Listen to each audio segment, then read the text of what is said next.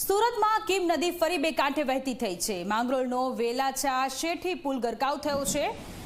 કીમ નદીનું જળસ્તર વધતા low level પુલ ડૂબી ગયો છે। લો લેવલ પુલ પાણીમાં ડૂબતા લોકોની મુશ્કેલીમાં વધારો થયો। લોકોએ મુખ્યમંત્રી સુધી પુલ બનાવવા માટેની માંગ કરી છે। તો સુરતમાં કીમ નદી બે કાંઠે વહેતી થઈ છે। લો લેવલ કોઝવે પાણીમાં ગરકાવ થયો છે અને લોકોને અવરજવર કરવામાં મુશ્કેલી પડી રહી છે। ત્યારે મુખ્યમંત્રીને પુલ બનાવવા માટેની માંગ કરવામાં આવી રહી છે। તો સુરતમાં સામેલાધાર વરસાદ પડી રહ્યો છે અને આ વરસાદને કારણે નદી નાળાઓ છલોછલ છલકાયા છે। ત્યારે કીમ નદીના આ દ્રશ્ય કે જે બે કાંઠે વહેતા વાહન વ્યવહાર માટે લો લેવલ કોઝવે અત્યારે બંધ કરવાની ફરજ પડી છે અને જીવના જોખમે લોકો આ કોઝવે પાર કરતા પણ અત્યારે નજરે પડી રહ્યા છે।